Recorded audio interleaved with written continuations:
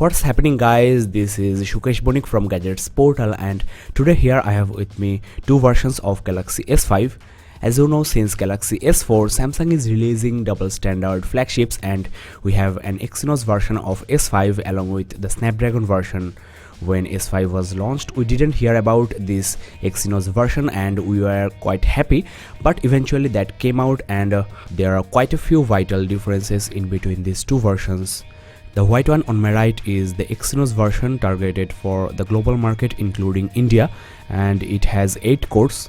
The most interesting part is all the 8 cores are active simultaneously, which wasn't possible on the S4 or Note 3, so Samsung has done a really fantastic job here.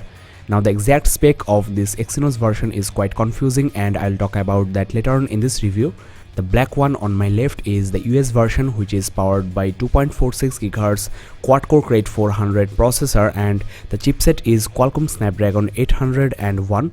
So the new S5 is quite powerful and basically best in class. The GPU is Adreno 330.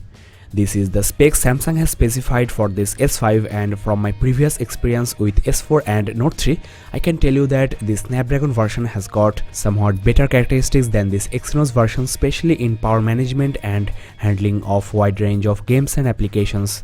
In fact, Galaxy S4's Exynos version faced overheating, lag, freezing, battery drainage and lots of other issues. But this S5's Exynos version is still working fine, and I think Samsung has fixed the issues with their Exynos version of smartphones. The chipset version here is Exynos 5 Octa 5422, which is somewhat better than the 5420 on the Note 3. The Snapdragon one, as you can see, has got MSM 8974 chipset version. The internal storage is though 16 GB on both of these smartphones. You will get around 10 GB on the US version and 11.57 GB on the global version for the user. The total RAM is almost same on both of these smartphones. Next, let's talk about the battery, and the battery backup of this US version is somewhat better than the global version. You may get around 20 or 25% more backup on this Snapdragon version, and the overheating during gaming is also quite less compared to the Exynos version on my right. These are the sensors, and both of these smartphones feature the same sensors. So the specs of these two smartphones are quite different. There is another very important difference, that is the US version has got this download booster, which enables this phone to download files larger than 30 MB by using Wi-Fi and LTE simultaneously, whereas the global version is not capable of doing so because there is no LTE connectivity support on this smartphone. So if you are a 4G LTE user, then you may get disappointed with this Exynos version of S5. Let me show you the free RAM on both of these smartphones, and it's really good to see that the Exynos version has got higher free RAM. In case of S4 and Note 3, I have seen just the opposite. You barely get 300 MB of free RAM on the Exynos version of S4. Regarding the speed of the interface, the time taken for opening application, I am also quite amazed that the Exynos version of S5 excels the Snapdragon version.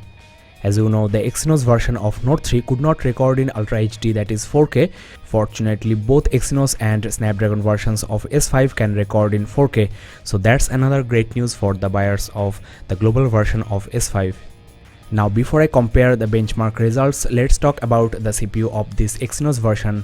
Few softwares like the CPU-Z, Quadrant, Standard, etc. show that it has Cortex A15 octa-core chipset with 1.3 GHz clock, whereas 3D Mark shows that it has 2.1 GHz Cortex A15 quad-core and 1.5 GHz Cortex A7 quad-core.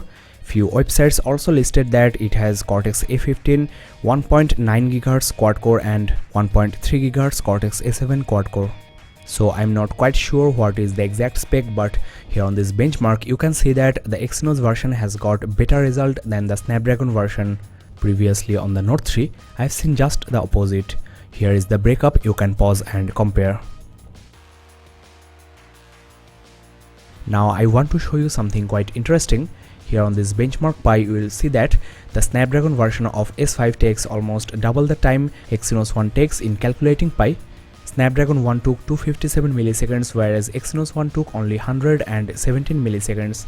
I don't know exactly what is the reason behind this, but the floating point calculation speed of the Exynos version is much better than that of the global version. Next, I want to compare the Quadrant standard benchmark as well.